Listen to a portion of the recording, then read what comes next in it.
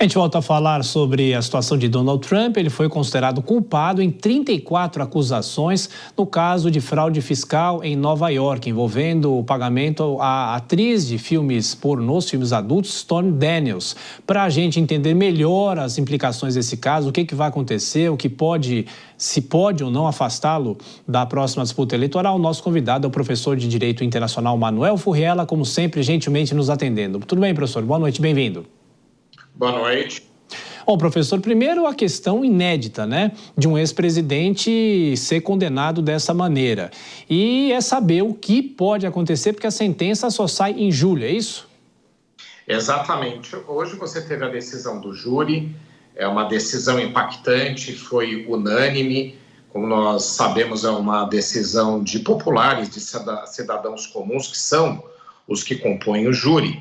Mas agora você tem o restante das repercussões jurídicas, né, por essa análise ainda que a gente vai neste momento. Então ainda aguarda-se a sentença tem uma previsão de sair aí entre o começo e até 11 de julho. Quando sair a sentença, nós vamos saber qual a condenação efetivamente, com a pena que vai ser aplicada. Há uma previsão legal de que será até no máximo de 4 anos, mas você tem uma série de fatores que fazem com que seja improvável a prisão de Donald Trump. Então, ele é réu primário, ainda cabem recursos, você tem aí um tipo de crime que não teve implicações de violência. Então, uma série de fatores que tornam improvável um cumprimento de pena no sentido de que haja um encarceramento, propriamente uma prisão. E como os recursos ainda vão ser interpostos, com certeza, aí pelos advogados de Donald Trump, tudo vai continuar se estendendo e as questões finais, efetivamente, elas só vão acontecer após as eleições. Pois é, professor, acho que a grande pergunta é se isso pode interferir na participação dele nas eleições. Hoje o presidente Joe Biden chegou a dar uma declaração via Twitter, né, via internet, dizendo que a única forma dele não participar das eleições é nas urnas, ou deixar o processo, ou perder a eleição é na urna, né? De qualquer forma, tem a questão política, mas tem esse lado jurídico. O que pode acontecer com ele em relação à eleição? Bom, juridicamente, além desses aspectos que eu mencionei, também tem aqueles efeitos propriamente de impedi-lo a se candidatar e também a assumir a presidência. Nenhum deles tem previsão legal nos Estados Unidos. Ao contrário do Brasil, lá não há uma legislação da ficha limpa. Então, a candidatura dele pode ser mantida sem nenhum impedimento. E há 2 precedentes, não exatamente iguais, mas próximos, onde você teve também candidaturas mantidas, não eram candidaturas fortes, como a dele, então eram situações muito distintas, mas em termos aí de comparação em manutenção de candidatura, ele pode manter a candidatura e assumir a presidência. Então também não há um impedimento. A Constituição americana, que é a norma principal e também a que tem os preceitos mais aplicáveis aí nesse caso que a gente está discutindo, não tem qualquer previsão de impedimento para que assuma o cargo. Então, tem esse aspecto. Agora, o que eu acredito que os efeitos aí principais que a gente tem que analisar é sobre o eleitorado. Ele é o favorito, né, nas próximas eleições. A gente sabe que Joe Biden tem uma série de percalços, principalmente relacionados com a sua baixa popularidade, outros também que a gente pode mencionar. Então, ele é um candidato forte, ele é o preferido, pelo menos no cenário atual, para os eleitores. Então, a gente tem que observar qual a extensão dos efeitos sobre o eleitorado. Eu acho que esse é o grande aspecto a se aguardar aí nos próximos dias para que a gente acompanhe.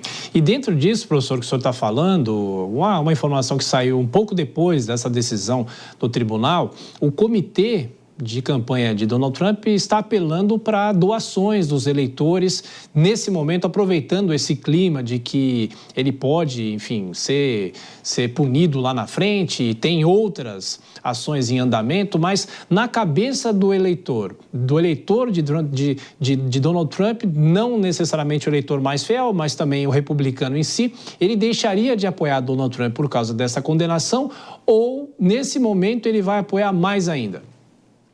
Bom, você vai ter os dois efeitos, é interessante, né?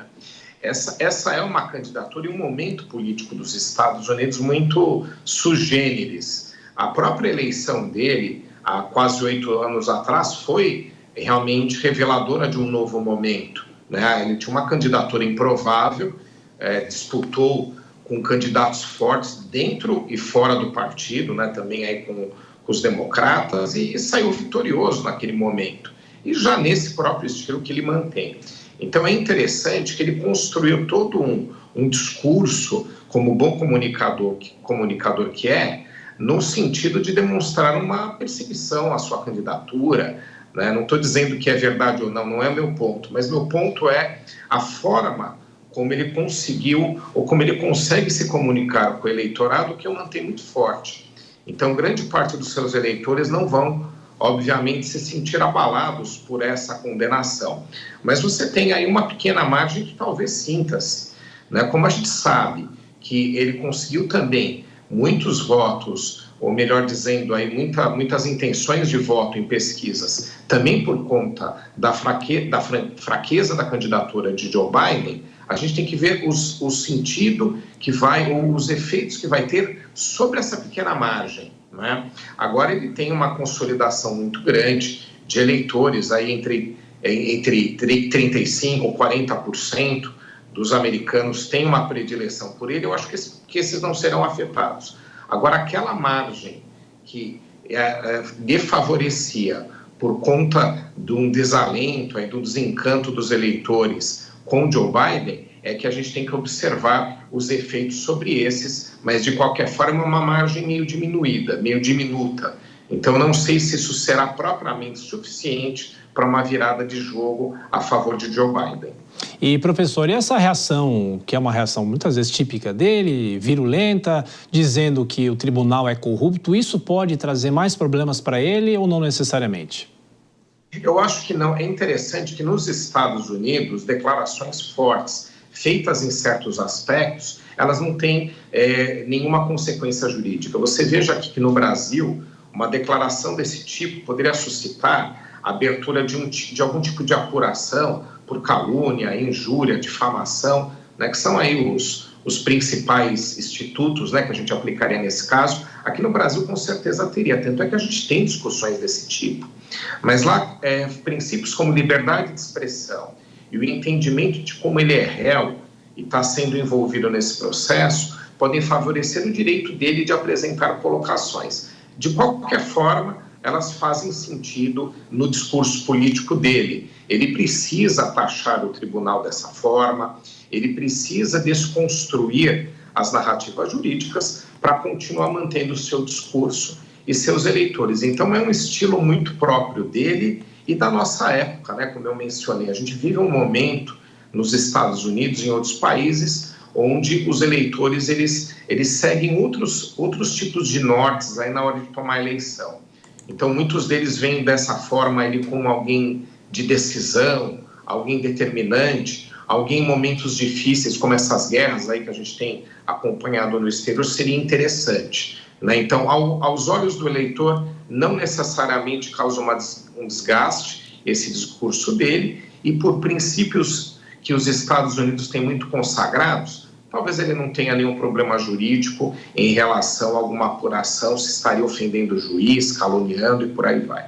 Professor, não sei se é muita especulação, mas e nos olhos dos delegados eleitorais? Que a gente sabe que a situação da eleição nos Estados Unidos é um quadro diferente do Brasil, mas e em relação a esses delegados eleitorais, há interferência ou é muito difícil saber? É bem difícil, mas é interessante, né? Até para a gente explicar aí para os telespectadores, né? O processo eleitoral americano, ele é indireto.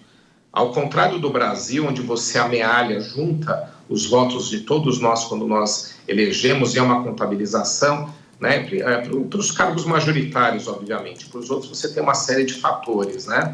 E aí você tem a composição dos votos, quem tem mais votos leva o cargo. Lá é um pouco diferente. Como você tem a votação indireta, a gente já teve até situações onde, né, por parte dos eleitores, de uma forma direta, o candidato sairia vitorioso e saiu derrotado nos delegados. Já aconteceu já aconteceram cenários desse tipo, né? Agora, os efeitos sobre os delegados, eles estão muito também relacionados com uma pressão da sociedade, uma percepção da sociedade, né? Então, se nos próximos dias os efeitos dessa condenação eles não forem percebidos como algo de grande desgaste, eu acho que vai ter pouca repercussão e aí é bem provável que não vai fazer grande alteração e os delegados vão se manter. Mas eu concordo contigo, né? São dois cenários diferentes. É interessante, né? Mesmo os delegados representando eleitores, às vezes, na hora de votar, eles não votam da forma como os seus representados imaginariam. Professor, o senhor me permite mudar de assunto? O senhor citou as guerras, né? A gente vem acompanhando a crise no Oriente Médio e essa semana foi marcada pela confirmação do governo brasileiro de que o embaixador não volta mais para Israel, pelo menos por enquanto. E é, obviamente, uma pressão do governo brasileiro e há uma pressão internacional para que essa guerra termine. Já integrantes do governo de Israel dizem que esse conflito vai durar até o fim do ano. O senhor acredita, pessoalmente, que essa pressão vai fazer com Israel, para que Israel mude algum procedimento da guerra ou até mesmo antecipe o fim dessa guerra ou não necessariamente, professor? Bom, se a gente falar de pressão de estados mais consolidados, principalmente dos Estados Unidos, você tem efeito, né? A gente percebe que já há um desalinhamento entre Joe Biden e Netanyahu. Então a gente já percebe isso. Essa guerra, ela está se prolongando, ela já atingiu seus objetivos de desarticulação do Hamas. Então, a sua continuidade começa a trazer problemas para Israel e propriamente até para o seu apoio internacional. Então, acho que este é o momento que a gente vive atualmente, né? Sabe que ali, passados 30, 40 dias do começo da guerra, Israel já dominava a faixa de Gaza em termos militares. A gente entende que havia necessidade de um prolongamento, até porque você tem um Hamas perigoso, com armas escondidas, mas essa continuidade por tantos meses, ela além de não ter sentido em termos da resposta que Israel teve direito a fazer, né, quando sofreu o ataque, ela coloca Israel naquele risco de guerras prolongadas, né? Vários países já passaram por isso. Agora, em relação à posição do Brasil, você tem, obviamente, uma representatividade. Israel não quer desgastes internacionais, inclusive conosco. Mas a gente não é um Estado determinante neste conflito. Então, esse desgaste ele fica sendo isolado, ele tem uma grande repercussão aqui dentro do Brasil, porque é uma atitude nossa, mas perante o governo israelense, mesmo sendo indesejado, não é esse que vai fazer com que eles mudem de posição. Talvez um conjunto de outros que venham na sequência, mas o nosso sozinho não tem esse poder. Professor Manuel Furrella, de Direito Internacional, mais uma vez, muito obrigado pela participação aqui na Jovem Pan. Boa emenda de feriado, até a próxima, professor, um abraço. Bom feriado a todos.